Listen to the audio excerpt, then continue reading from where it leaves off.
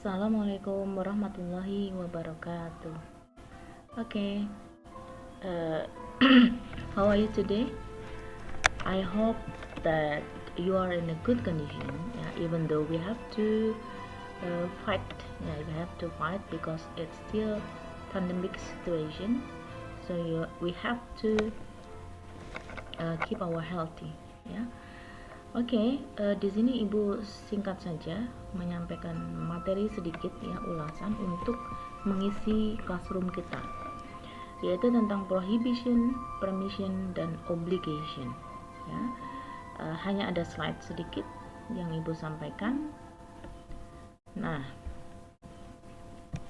ini terkait dengan isi obligation, permission yang tadi. Apa yang ada dalam kalimat atau maksudnya word apa yang ada pada permission. It can be can, may, could, must, or have to. Jadi dalam permission ini yang kita pakai adalah can. Pertama can, kemudian may dan could. Nah, yang harus kalian bedakan adalah can dan could itu sama artinya kan, boleh, dapatkah, bolehkah. Tapi pemakaiannya can itu untuk sesama teman, sebaya. Tapi kalau could biasanya untuk yang lebih dihormati atau maksudnya lebih tua, seperti siswa kepada guru, siswa kepada anak, Misalkan can I borrow a pen? Nah, ini misalkan antara teman dengan teman. Can I borrow a pen? Yes, you can borrow a pen. Jadi permissionnya itu boleh tanya, boleh juga statement. Misalkan ini tanya contoh dari tanya, permission. Nah, ini contoh dari statement. Jadi tidak harus tanya tapi sudah diizinkan. You can sit here, atau bisa jadi misalkan can I sit here? Nah, maka jawabannya yes, you can sit here. Jadi dibolehkan, permisi dulu baru boleh. Sama dengan ini juga may dan could sama penggunanya sama. Jadi intinya kalau dalam permission itu ada can, may, dan could, seperti itu. Selanjutnya tentang prohibition. Apa itu prohibition? Kalau yang permission tadi artinya minta izin, kalau prohibition ini artinya dilarang, suatu larangan, tidak dibolehkan.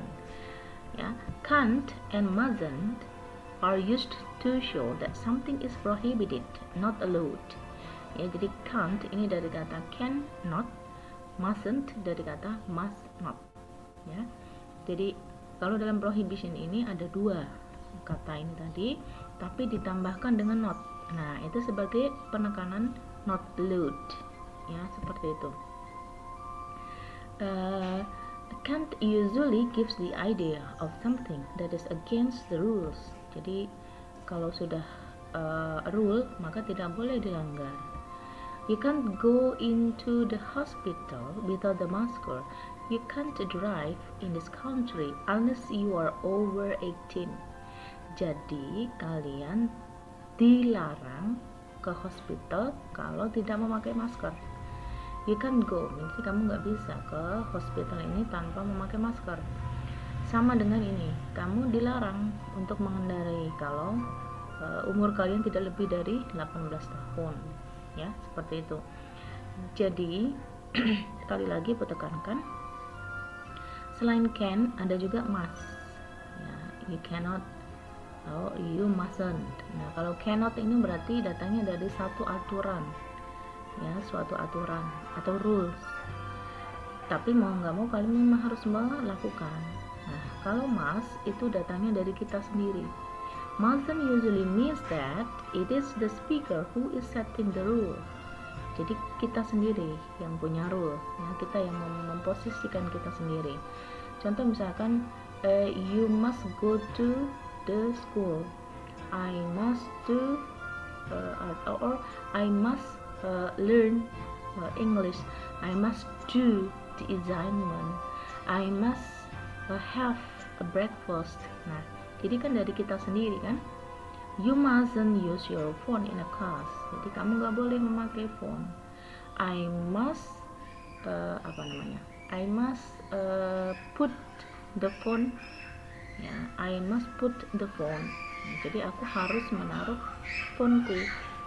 Jadi seperti itu ya contohnya. Selanjutnya tentang obligation ya.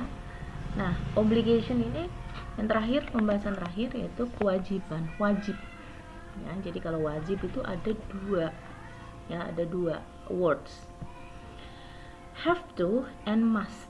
Jadi kalau obligation kita memakai have to or must. Apa bedanya ya? Kalau kalian baca ini nanti ya, sambil kalian baca kembali, have to itu untuk apa, must itu untuk apa. So both of them used to express ya. There's slight differences in the way a have to shows that the obligation comes from someone else, not from the speaker. This is usually referring to a rule or law ya. Jadi have to itu dalam suatu aturan. Jadi aturan itu mau tidak mau kita harus melakukan. Jadi diperkuat ya, kuat banget. Have to harus banget ya, harus mentaati banget. Contoh misalnya, we have to apa nih? We have to be at the airport at least 2 hours before the flight. Kita harus ada di airport ya, nggak boleh dari 2 jam sebelum keberangkatan. Apa yang terjadi kalau kita break the rule ya, maka kita akan terlambat pastinya ya kan. Jadi we have to, wajib banget, aturannya sudah begitu banget ya. Contoh yang lainnya, I have to work on Saturday. Jadi aku harus mengerjakan tugas ini di hari Sabtu. They have to wear the uniforms at schools. Ya, kita harus memakai seragam sekolah, gitu kan. Jadi have to. Jadi kita mengikuti aturan, wajib, have to. Nah, berbeda dengan must. Must ini datangnya dari kita sendiri. Must shows us that the obligation come from the speaker. Jadi keharusan ini kita sendiri yang mengerjakan. Ya, contoh misalnya, I must pray asar ya, before maghrib misalnya. Aku harus sholat asar sebelum datang waktu maghrib, gitu kan. Jadi kita sendiri ya, kita sendiri yang melakukan, kita sendiri yang punya janji, kita sendiri yang punya komitmen terhadap apa yang akan kita kerjakan. I must finish in my task by tomorrow. I really must meet my parents ya. Contoh lagi seperti, I must have breakfast before learning. I must I must have a time ya.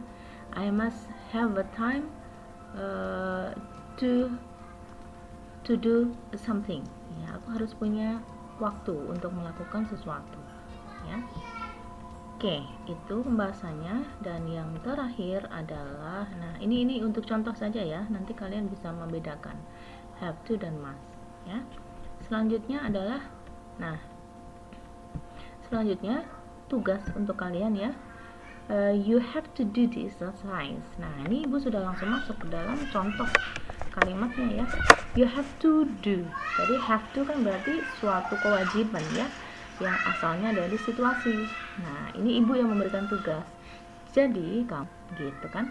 So you have to do the exercise ya. Here look at this, there are 5 questions here. So you have to do and then submit at classroom ya. Nah kalian harus mengerjakan 5 contoh ya, 5 kalimat ini. Nah ini satu kalimat itu ada 2 opsi, kalian salah satu yang menurut kalian paling betul. Setelahnya nanti kalian voice record ya, seperti biasa ya, seperti biasa kalian mengerjakan tugas